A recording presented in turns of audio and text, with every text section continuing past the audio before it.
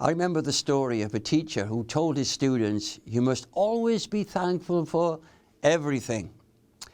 Suddenly, a very large lady with 6 children got on the bus, and guess what?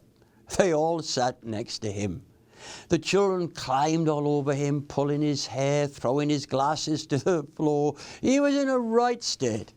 And eventually, the lady and the children all got off the bus. The students were laughing at the teacher, reminding him that he had told them they must be thankful for everything. He said, "Oh, I am." They said, "How could you be thankful for what just happened to you?" He said, "I'm thankful that that lady is not my wife." There is always something to be thankful for. And today, we're thinking about the amazing part of our bodies called the tongue. Now, we never think too much about this. We hide it because we don't see it that often.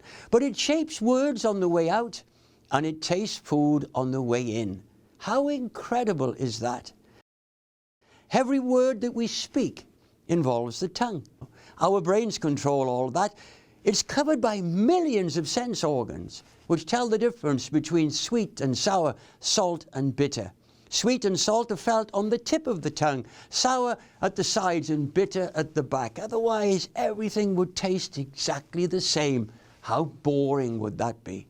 Now, sometimes we say things that are completely opposite to what we really meant.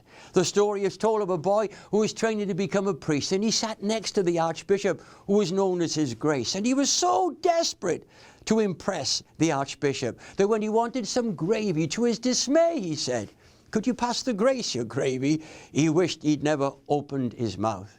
I'm sure we all know a tongue twister. I learned this one many years ago. Betty bought a bit of butter, the bit of butter that Betty bought was bitter butter. So Betty took the bit of butter back and bought a bit of better butter. And I'm sure you know one as well. We can rattle things off. But sometimes our tongues say things we regret. Now, it is important to realize that before we say it, we've actually thought it. So the best way to control what comes out of your mouth is to control what goes in your mind, and you can do that by controlling what you listen to and what you see. As you take control of that, you will find that what comes out of your mouth will be in control as well. Today, let's decide to say things that will bless others, say a prayer for those who do not have the gift of speech, and make sure today that our tongues don't hurt anyone.